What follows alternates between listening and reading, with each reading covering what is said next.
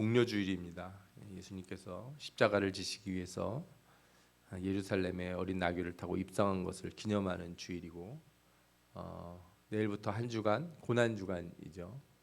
그리고 다음 주 주일은 부활절입니다. 우리 교회에서 가장 중요한 절기를 뽑으라 그러면 부활절, 성탄절, 추수감사절 이렇게 뽑을 수가 있는데, 저는 만약에 하나만 골라야 된다 그러면 부활절을 고를 것 같아요. 부활절이야말로 우리 신앙의 정수고, 부활이야말로 그죠?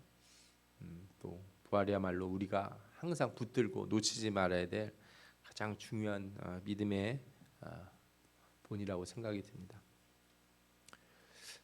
오늘 저는 이렇게 예수님이 나귀 타고 오시는 그 말씀이 아니라 고난 주간에 해당하는 말씀을 골랐습니다. 대부분 고난 주간에는 금요 철야 예배 같이 긴 저녁 기도회로 우리가 모이게 되는데, 그러다 보니 주일에 말씀을 전할 기회가 좀 없었던 것 같아요. 그래서 오늘 말씀을 통해서 우리가 주님이 우리들에게 하시는 귀한 은혜를 함께 나누기를 원합니다. 아멘. 예수님이 평생에 예루살렘을 한 어떤 분은 5번, 어떤 분은 한 7번 정도 갔다 이렇게 얘기를 합니다.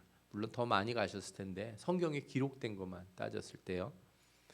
가장 첫 번째는 아주 어려서 12살 때쯤 돼서 유월절 지키러 가셨다가 성전에서 많은 이제 율법사들이나 바리새인들, 성경을 가리키는 자들이죠. 이런 자들과 함께 대화를 나누시고 묻고 답하고 이런 일을 하셨다는 거예요.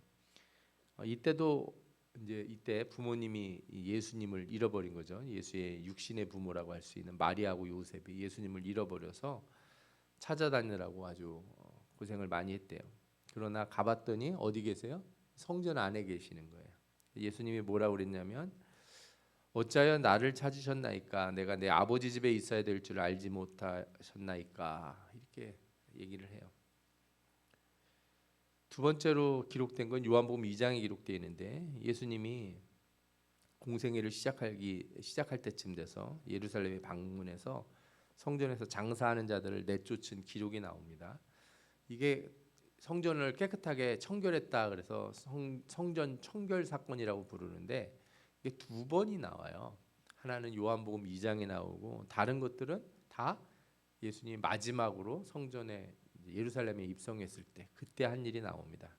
이 두 사건이 동일한 사건이냐 이렇게 보는 사람도 있지만, 말씀을 잘 읽어보면 별개의 것이라는 걸 알 수가 있어요. 예수님이 첫 번째 성전을 청결하게 하는 사건에서 인용하신 말씀이 있는데, 내 아버지의 집을 장사하는 집으로 만들지 말라 하시니 제자들이 성경 말씀에 주의 전을 사모하는 열심히 나를 삼키리라 한 것을 기억하더라 이렇게 돼 있어요.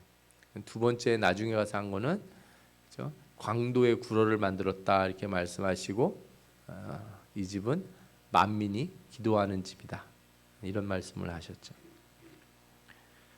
그 뒤에도 예수님이 예루살렘에 오셔서 하신 일이 하나 있는데, 베데스다 연못가에서 38년 된 병자를 고치신 일이에요. 이때는 유월절이 아니라 유월절과 가까운 절기라고 성경에 나옵니다. 아마도 불임절을 가리키는 것 같은데, 불임절이 어떤 절기냐? 에스더서에 나오는 절기가 불임절이죠. 그래서 이때 예수님이 병자를 고치시고 안식일의 주인이심을 이렇게 사람들에게 드러내요. 그리고 이 일이 커지는데 사람들 앞에서 예수님이 하나님을 아버지라고 부르고, 그렇죠? 이렇게 안식일의 주인은 자신이다 이런 말씀을 하셔서 많은 유대인들이 반감을 사게 됩니다. 그리고 요한복음 10장에는 수전절에 방문한 기록이 있는데, 이때는 더욱 자신이 누군지 직접적으로 말씀을 하세요. 요한복음 10장 26절에서 30절에 뭐라고 나오냐면, 너희가 내 양이 아니므로 믿지 아니하는도다. 내 양은 내 음성을 들으며 나는 그들을 알며 그들은 나를 따르느니라 이렇게 말씀하시면서 뭐라고 그러시냐면, 그들을 주신 내 아버지는 만물보다 크심에 아무도 아버지 손에서 빼앗을 수 없느니라. 나와 아버지는 하나이니라 하신대. 이렇게. 하나님과 예수님이 동일하신 분이다. 하나이시다. 동일하다는 게 똑같다는 게 아니고요. 같은 분이라는 말이 아니라 동등한 하나님이시다. 이렇게 자신을 얘기해요. 그래서 사람들이 이제 발칵 뒤집어졌죠. 신성모독이다. 그리고 이제 마지막으로 예루살렘에 이제 죽기 위하여 오시게 돼요. 여러분들이 성경을 보시면요, 이걸 좀 잘 알 수 있는데 예수님이 마지막으로 예루살렘으로 오는 과정을 성경이 자세히 기록을 해놨어요. 특히 누가복음 같은 걸 보면요, 어떻게 돼 있냐면 예수님이 갈릴리 저 북쪽 두로와 시돈 땅, 거기는 이방인들이 사는 동네죠. 거기서부터 출발해서 예루살렘까지 쭉 오는 여정이 그려져 있어요. 아주 먼 이방에서부터 어디까지요? 예루살렘까지. 이사야서에 있는 말씀을 응하게 하시려고 이방에서부터 쭉 와요. 그래서 이방에서 제일 먼저 누구를 고치세요? 귀신 들린 딸 있는 여자를 고쳐주시죠. 그리고 쭉 오면서 마지막으로 여리고성에 있던 바디메오를 고쳐주시고 예루살렘으로 딱 들어오세요. 성경을 읽으면 누가복음은 아예 그렇게 쫙 돼 있어요. 그래서 예루살렘에서 있다가 나중에 부활하시고 어디로 가세요? 이제 갈릴리로 가시고 그 다음에 올라가시면서 뭐라고 그러시냐면은 예루살렘과 사마리아와 땅끝까지 이르러 내 증인이 되라. 그래서 거기서부터 다시 어디로 가요? 쭉 퍼져나가는 거죠. 이런 말씀들이 쭉 이렇게 배열이 돼 있어요. 그런데 이 예루살렘으로 오는 과정에서 제자들에게 내가 가면 요번에 가면 어떻게 된다? 잡힐 것이고 죽게 될 것이다. 이 얘기를 3번이나 해요. 처음 얘기했을 때 베드로가 뭐라고 그랬냐면 절대 그럴 수 없습니다. 이런 얘기를 해요. 안 됩니다. 제가 있는데 예수님이 죽다니요. 예수님한테 혼나죠. 사단아 내 뒤로 물러가라 하는 이렇게 혼이 납니다. 그리고 2번째 얘기했을 때는 성경에 보면 아무도 두려워해서 묻지 않았다 그래요. 아무도 묻질 않는 거예요. 3번째는 아무 말씀이 없어요. 깨닫지도 못하고 상관이 예수님 말씀하신 거를 이렇게 듣질 않아요. 그리고 나서 자기들끼리 내가 오른쪽 앉을래, 내가 왼쪽 앉을래, 내가 좋은 자리 차지할 거야. 그러다가 급기야 요한과 야고보가 엄마까지 데리고 와서 치맛바람을 일으키죠. 우리 아들들 좋은 자리 한 자리씩 주십시오. 예수님이 예루살렘에 가실 때마다 무엇인가 일을 하셨는데 다 반응이 어땠냐면 도대체 예수님이 왜 그렇게 하시는지를 아무도 모르는 거예요. 깨닫지를 못해요. 공통된 특징이에요. 사실 예수님이 십자가에 달리시기 직전 정도가 되면 제자들이 그래도 말씀도 많이 듣고 기적도 많이 봤기 때문에 이 믿음의 수준이 올라갔을 거라고 생각하는데 사실 그렇지가 않습니다. 이들은 자기들 나름의 예수님을 생각하고 있어요. 자기들 나름의 예수님. 병 잘 고쳐줘서 병을 자꾸 고쳐주면 사람들이 헌금을 많이 하겠죠. 그러면 돈도 많이 버시는 예수님. 저 백부장이나 로마 병사들 이런 사람들도 이렇게 치료해주고 변화시켜주고 그래서 저 로마를 쫓아내고 나라를 바로 세울 예수님. 독립수사 같은 예수님도 생각을 하고 저 대제사장 서기관들 지멋대로 하는 저 사람들 다 몰아내고 예수님이 성전을 깨끗하게 하실 것이야. 종교적 지도자로 생각하기도 하고 다 머릿속에 자기 생각들이 있는 거예요. 그런데 예수님이 거기다 대고 뭐라고 말씀하세요? 내가 가서 죽을 것이다. 이게 얼마나 안 받아들여졌는지 성경을 보면 잘 나오는데요. 예수님이 부활하신 다음에도 제자들이 40일 동안 예수님과 함께 있으면서 하나님 나라를 들었습니다. 그런데 예수님이 막상 승천하려고 그러니까 뭐라고 질문을 해요? 예수께 여짜오 이르되 주께서 이스라엘 나라를 회복하심이 이때니까. 사도행전 1장 6절에 나와요. 이제 이 나라를 회복하실 겁니까? 이스라엘을. 근데 예수님의 나라는 이 땅의 나라가 아니에요. 예수님이 말씀하시는 하나님의 백성은 이스라엘 민족 유대인만을 얘기하는 게 아니에요. 그러니 그렇게 얘기해줘도 못 알아듣는 거예요. 그 정점에 있었던 사건이 오늘 우리가 읽었던 겟세마네의 기도 때 있었던 일이에요. 예수님이 이제 잡히시기 전에 마지막 식사를 같이 하고 제자들과 함께 감람산으로 걸어가면서 다시 말씀을 하세요. 이제 이게 네 번째 얘기하는 거죠. 내가 가면 이제 어떻게 된다? 이제 죽게 될 것이다. 잡혀갈 것이다. 그리고 너희들 다 도망치게 될 것 같다. 이렇게 얘기를 해줘요. 그랬더니 베드로가 이 말씀의 무게를 이해를 못해요. 여러분 이런 얘기 딱 들으면 정말입니까, 예수님? 정말 우리가 그런 일을 하게 됩니까? 예수님이 정말 그렇게 되시는 겁니까? 어떻게 됩니까? 막 이렇게 기도하고 예수님 어떻게 됩니까? 이렇게 묻는 게 아니라 뭐라 그래요? 절대 저는 배신 안 합니다. 저는 안 도망갈 겁니다. 제가 보면요, 대답을 너무 쉽게 하는 사람들은 자기가 뭔 말하는지 잘 모르는 것 같아요. 교회에서도 신앙적인 일에서도 좀 기도해야 될 것 같습니다. 작전 기도를 같이 하시죠. 기도하죠. 제가 항상 합니다. 이 말의 무게를 좀 깊이 느껴야 될 필요가 있어요. 여러분들이 주일마다 와서 설교를 듣고 또 평일에도 여러분들이 여러 가지 방편을 통해서 말씀들을 듣고 또 기도도 하지 않습니까? 그 말씀을 가볍게 여기시면 안 돼요. 무겁게 여기셔야 돼요. 엄중하게 여기셔야 돼요. 그 엄중하게 여겼다는 건 어떻게 알 수 있냐? 이 말씀이 내 마음밭에 심겨져서 뿌리를 내리고 싹이 나고 자라요. 한번 싹이 나서 자라는 말씀은요, 잊어버리질 않습니다. 거의 잊어버리지를 못해요, 그 말씀을. 그래서 여러분들도 아실 거예요. 내가 은혜 받았던 말씀들, 은혜 받았던 설교들 중에 기억이 오래 남는 게 있잖아요. 예.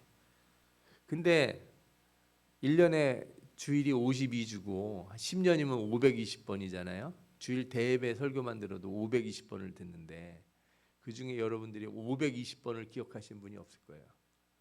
설교 50개만 기억해도 참 대단하신 분이다.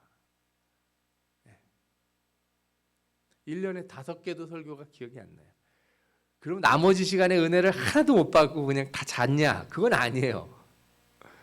그때그때마다 은혜를 받지만 말씀을 좀 무겁게 받으셔야 돼요. 이거 귀한 거라고 생각하고 귀하게 받으셔야 돼요. 예수님이 베드로한테 너 나를 부인할 것이다 이렇게 얘기하신 것은 베드로가 평상시에 의리가 없거나 조금만 문제가 생기면 잘 도망갈 것 같아서 말씀하신 게 아니에요. 예수님은 베드로가 예수님을 정말 사랑하는 걸 알아요. 근데 중요한 건 뭐냐면 베드로가 그 이야기를 들을 시점에 예수님이 죽으실 것을 제대로 이해를 못했다는 거예요. 예수님이 십자가에 달려 죽으실 것에 대해서 생각이 없었다는 거예요. 예수님을 사랑하지 않는다는 얘기가 아니라 앞으로 예수님이 이런 일이 있을 거야 하는데 그거에 대한 아무런 이해가 없고 깨달음이 없었다는 거예요. 예수님이 죽으시는 거 알면서 예수님이 이제 기도하러 가자고 그러면 베드로가 어떻게 했습니까? 진짜 깊이 고민하고 예수님 어떻게 됩니까? 제가 뭘 해야 되는 겁니까? 물어보지 않았겠어요? 그런데 그런 말이 없어요. 자기는 끝까지 주님을 쫓아다닐 거고 자기는 잘할 거라는 거예요. 결국에 예수님이 아무것도 못 깨닫는 제자들 11명을 데리고 감람산에 올라가요. 그리고 겟세마네 동산에 가까이 와서 제자들을 어떻게 하냐면 다 데리고 가서 기도하는 데를 데려가는 게 아니고 딱 3명만 데려갑니다. 그나마 이 셋은 말귀를 알아들었을 거라고 생각을 하고 조금이라도 알아들었을 줄 알고 데리고 가요. 나머지는 놓고. 그리고 뭐라고 부탁하시냐면 깨어있으라, 이렇게 깨어있으라. 내 마음이 매우 고민하여 죽게 되었으니 너희는 여기 머물러 나와 함께 깨어있으라. 저는 이 말씀에서 예수님의 그 마음이 느껴지는 거예요. 예수님이 우리도 그런 표현이 있잖아요. 진짜 죽을 것 같아. 그렇죠? 너무 걱정돼 죽을 것 같아. 뭐 이런 말 할 수 있잖아요. 너무 스트레스를 받아서 죽을 것 같아. 근데 예수님이 그런 표현을 쓰셨다는 거예요. 내가 고민이 되어서 죽게 되었다는 거예요. 아니, 고민으로 죽진 않죠. 십자가에 달려 죽으셔야지. 고민으로 죽으시면 안 되죠. 근데 말씀이 어떤 거예요? 인간 예수로서의 모든 고민, 그 마음이 여기 다 묻어져 있어요. 그리고 여러분들이 보셔야 돼요. 말씀에 보면 너희는 여기에 머물러 나를 위해 기도해 달라 이렇게 얘기하지 않습니다. 예수님이 너희들 내가 이제 죽어야 되는데 너희들 나를 위해 좀 기도해 달라 이런 말씀이 한 말씀도 없어요. 뭐라 그래요? 깨어 있으라 이렇게 얘기해요. 제자들의 기도가 필요한 게 아니에요. 제자들이 기도한다고 달라질 문제가 아니기 때문에. 중요한 건 뭐냐면 앞으로 닥칠 일 가운데 너희들이 어떻게 하고 있어야 된다? 깨어 있어야 된다. 깨어 있어야 된다. 내가 십자가 지고 가는 건 하나님의 뜻대로 될 건데 그 과정에서 너희들한테 닥칠 일들이 있다. 그동안 너희들 어떻게 해야 된다? 깨어 있어야 된다.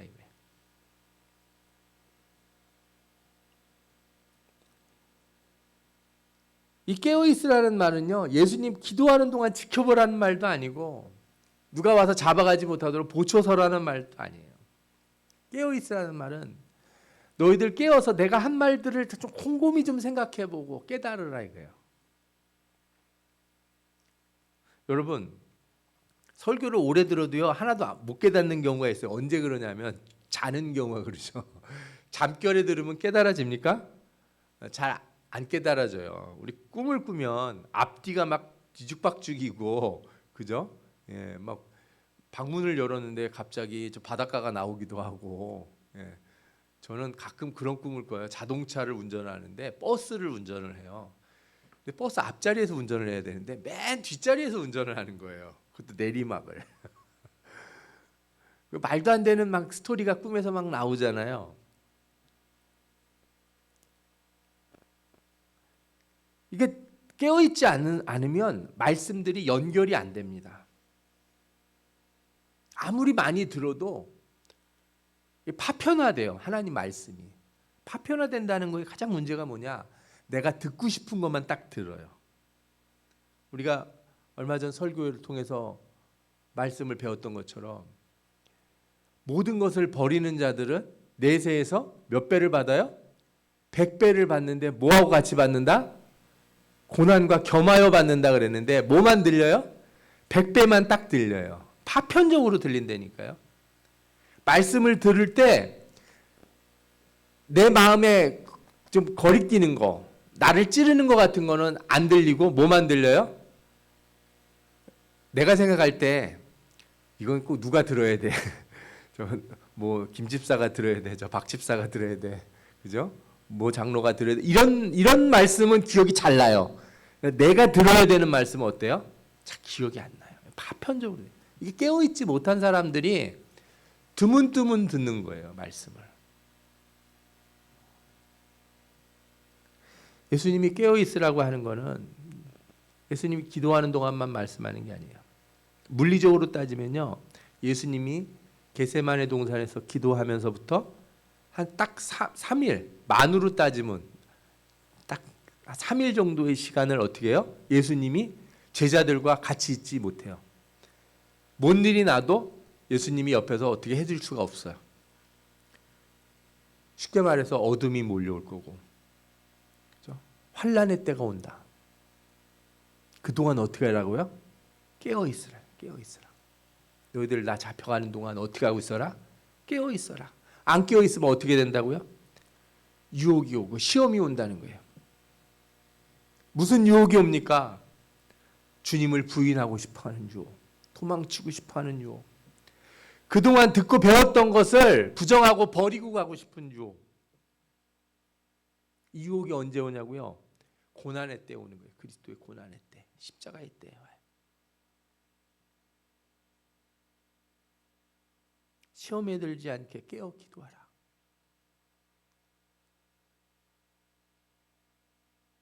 깨어있는 사람은 고난이 올 걸 알고 있는 사람이에요. 아멘. 깨어있는 사람은요, 환란이 올 것도 알아요. 그러니까 예수 믿으면서 깨어있는 사람은 축복만 온다고 생각하지 않고 뭐도 올 수 있다? 고난도 올 수 있다. 우리 삶의 모든 게 다 풀리고 열리고 해결되는 것만 있는 게 아니고 때로는 죽을 것 같은, 너무너무 괴로워서 견딜 수 없을 것 같은 때가 온다는 것도 안다는 거예요. 그래서 깨어있는 사람이 기도하는 거고, 깨어있는 사람이 믿음의 든든한 반석 위에 집을 짓는 겁니다. 여러분들이 믿음의 반석 위에 집을 짓는다는 말씀을 제가 전할 때 뭐라고 말씀드렸는지 기억나십니까? 이 집이 똑바로 지어졌는지 잘못 지어졌는지는 언제 알 수 있다고요? 풍파가 쳐야 알 수 있다는 거예요. 모래 위에 지은 집이나 반석에 지은 집이나 평상시에는 다 똑같다. 그런데 제대로 지은 집, 허술하게 지은 집은 언제 알 수 있어요? 비가 오고 홍수가 나면 알 수 있어요. 깨어있는 사람과 깨어있지 않은 사람들 언제 알 수 있어요? 환란이 때에 알 수 있어요. 축복만 받을 땐 몰라요. 다 예수 잘 믿는 사람 같죠. 저는요, 여러분, 저는 어떤 사람이 축복받았다고 그 사람이 예수 잘 믿는다고 말하지 않아요. 저 사람이 하나님 앞에 기도하고 축복을 거부가 됐다는 거예요. 자녀들이 잘 되고 다 잘 풀렸다는 거예요. 아, 저 사람 신앙이 참 좋구나. 저는요, 반대로 생각해요. 오히려 고난을 견디는 사람들이, 고난 가운데서도 예수를 놓지 않는 사람들이 진짜 예수 믿는 사람들이에요. 축복받았다고 간증하는 것보다 내가 고난 중에 있지만 나는 예수를 놓지 않았습니다. 나는 어려운 가운데 있어도 난 예수를 배신하지 않습니다. 병이 나았다고 하나님 앞에 영광 돌리고 나는 믿음이 좋은 사람이다 이렇게, 나는 지금도 병에 있지만 내 병이 아직 고쳐지지도 않았고 고쳐지지도 않을 거지만 그래도 나는 예수를 믿습니다. 그런 사람들이 깨어있는 사람들이에요. 그런 사람들은 세상이 감당할 수 없는 사람들이에요.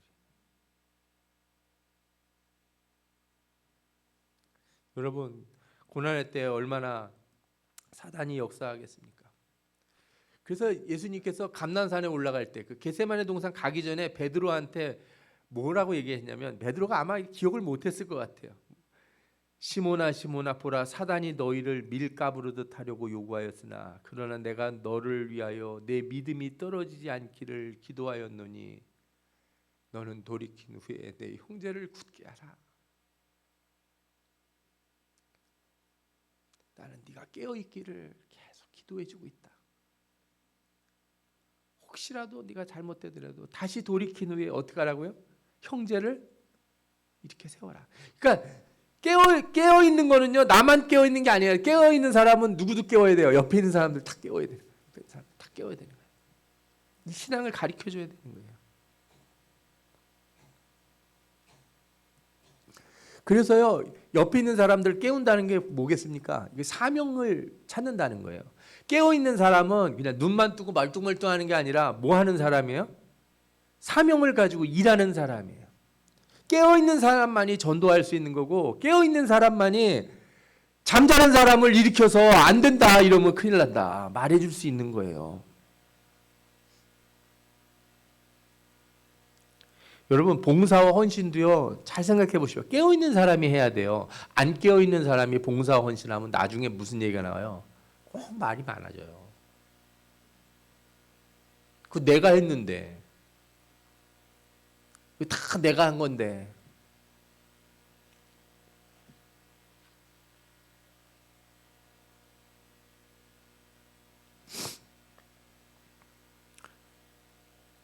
여러분, 예수님이 십자가에 달리신 후에 많은 사람들이 사명을 잃어버렸어요. 왜? 깨어있지 못했기 때문에. 대표적으로 누가 나오냐면 엠마오로 가는 두 사람이 나와요. 이 사람들은 예수님이 십자가에 달려 죽는 걸 보고 낙담해서 돌아가고 있어요. 아니, 예수님이 십자가에 달려 죽으시는 건 예수님이 하시는 일이고, 예수님이 하신 말씀이 있잖아요. 배운 게 있잖아요. 그럼 내가 뭘 해야 될지는 정해야 되죠. 예수님 돌아가셨다고 예수님이 하신 모든 말씀을 다 내팽개치고 다 끝났다고 생각하고 낙담해서 돌아간다는 거예요. 환란의 때가 오면은 다 내려놓고 포기하는 분들이 많아요. 그래서 어려운 일이 있으면은 이렇게 사명을 쉬려고 하는 분들이 꽤 있거든요. 예전에도 보면 주일학교 선생님들 보면 가끔 찾아와서 그때 이제 제가 집사였어요. 집사님 왜 그랬더니 제가 좀 주일학교를 당분간 좀 쉬어야겠습니다. 왜 너무 힘들어서 좀 쉬어야겠다는 거예요. 여러분 쉬면 나아지나요? 아닙니다. 반대예요, 반대. 내가 진짜 너무 힘들어서 교회 일을 좀 내려놓고 싶다 이런 마음이 드실 때 어떻게 해야 돼요? 오히려 더 열심을 내서 일해야 되는 거예요. 그게 정상이에요. 그런 사람이 믿음이 있는 사람이고 깨어 있는 사람이고요. 내가 힘들다고 하나씩 다 내려놓기 시작하면 어떻게 돼요? 일이 풀리냐? 그렇지 않아요. 일 풀린다고 다시 할 수 있다? 안 됩니다.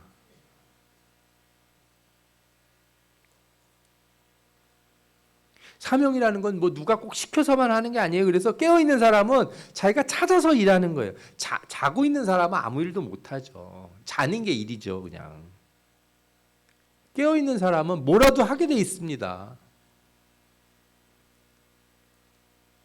여러분은 반드시 깨어서 사명을 찾는 자들이 되시기 바랍니다. 옆에 있는 사람들을 굳게 하는 사람, 그죠? 믿음으로 세워주는 사람. 이 귀한 사명을 분명히 찾기를 축원합니다. 아멘. 여러분 오늘 이 말씀은요 예수님이 제자들에게 예수님이 십자가에 달리는 그 기간에 대해서 말씀하신 것처럼 보이지만 한 가지 더 깊이 생각해 보면 이제 우리에게 이 말씀을 하고 계시고 우리에게 말씀하시는 바가 있다는 걸 알게 돼요. 뭐냐면 예수님이 이제 다시 오실 것인데 어떻게 하라고요? 깨어 있어야 된다는 거예요. 아니, 다시 오시는 건 당연히 알죠. 그런데 제가 처음부터 말씀드린 것처럼 예수님 십자가에 달린다는 말도 이해가 잘 안 되고 못 받아들이는 사람이 많듯이 주님 다시 오시는다는 말씀도 못 받아들이고 무겁게 생각하지 않는 사람들이 많아요. 주님 다시 오신다고 생각하면 여러분들 어떻게 신앙생활 하시고 싶습니까? 어제처럼 살아서 주님 만나고 싶습니까? 아마 그런 사람 별로 없을걸요. 내가 어제같이만 살으면 내가 주님 만날 때 나는 정말 자신 있다. 한 손 한번 들어보십시오. 절대 그러지 않을 겁니다. 대부분의 사람들이 주님이 오신다고요? 내일요? 아유, 그러면 오늘 똑바로 해야지. 일단 내가 뭐부터 해야 될까 막 생각을 막 할 거예요. 예수님이 십자가에 달리시기 전에 제자들에게 어두움의 시간이 왔어요. 그렇죠? 그들의 믿음을 달아보는 시간이 왔어요. 너 예수의 제자냐? 이렇게 묻는 시간이 왔단 말이에요. 똑같습니다. 예수님이 다시 오시기 전에 어떤 시간이 오냐? 어둠의 시간이 오고 너 예수 믿을 거냐? 이렇게 묻는 시대가 온다니까요.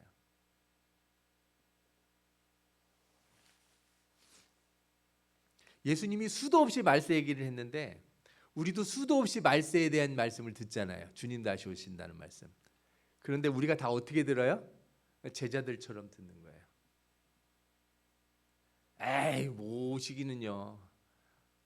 아니면 그런 얘기 하는 걸 싫어하세요. 어떤 분들은. 왜 말세를 자꾸 설교를 하십니까? 사람 겁주시는 겁니까? 협박하는 건가요? 전도할 때도 그래요. 천국 얘기하고 주님이 다시 오신다. 천국과 지옥 얘기하면 뭐라 그러는지 아십니까? 어디서 협박이냐고. 아니 지금 자동차가 저 절벽을 향해서 막 달리고 있는데 지금 뛰어내리라고 얘기하는데 그런 얘기 하지 말라고. 차 잘 가고 있는데 왜 앞에 절벽이 있다는 얘기를 자꾸 하냐고. 모르고 죽으면 얼마나 편한데.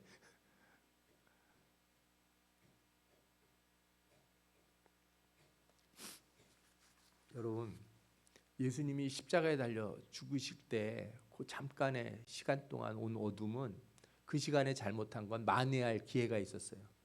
베드로가 예수님 모른다고 부인한 거 만회할 기회가 왔어요, 안 왔어요? 왔어요. 주님이 너 내 양을 먹이라, 내 양을 치라. 갈릴리에서 다시 그를 회복시켜 주시고 다시 깨워주셨어요. 엠마오로 가는 두 제자 어떻게 했어요? 찾아가서 만나서 다시 사명을 회복시켜 주셨어요. 그런데 말세에는 이 기회가 없을지도 모른다는 게 이게 함정이에요. 이게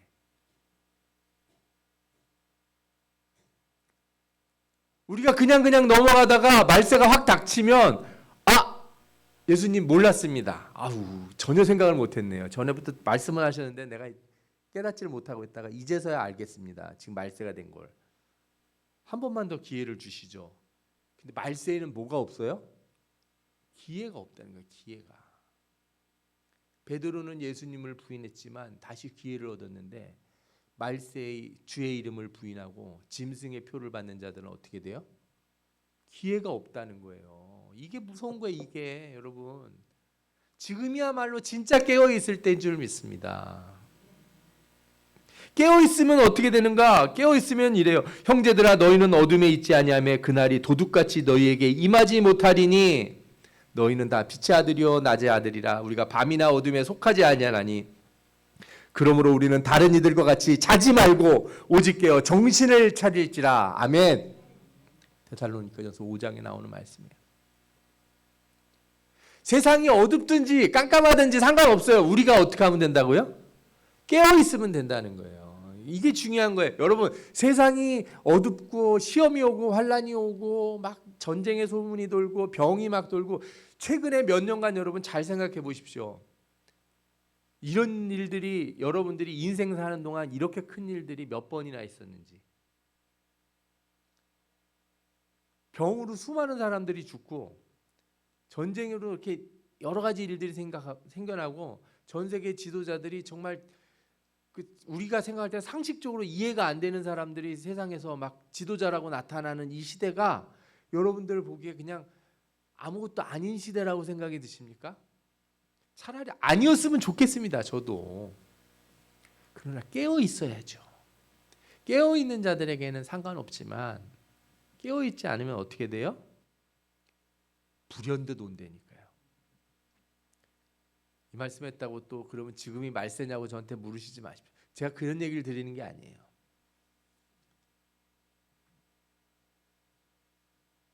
밖이 어두우냐 안 어두우냐가 중요한 게 아니라 뭐가 중요하다고요? 우리가 깨어 있는 게 중요하다. 베드로전서 5장 8절에 이렇게 나옵니다. 근신하라 깨어라 너희 대적 마귀가 우는 사자같이 두루다니며 삼킬 자를 찾는다. 마귀는 절대로 깨어있는 사람은 못 잡아갑니다. 자고 있는 사람들 잡아갑니다. 자고 있는 사람들.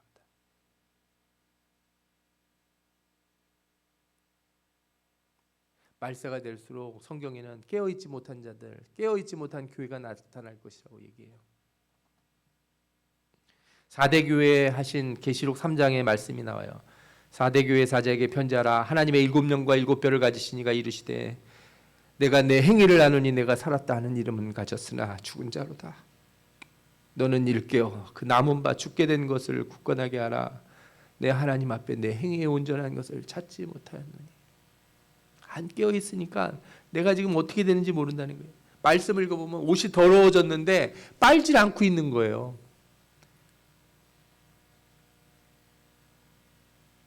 계시록 16장 15절에도 이런 말씀이 나와요. 보라 내가 도둑같이 오리니 누구든지 깨어 자기 옷을 지켜 벌거벗고 다니지 아니하며 자기의 부끄러움을 보이지 아니하는 자는 복이 있도다. 깨어 있으라는 거예요. 내가 지금 어떤 꼬라지로 있는지를 보라는 거예요. 지금 내 신앙의 모습이 어떤 신앙의 모습인지.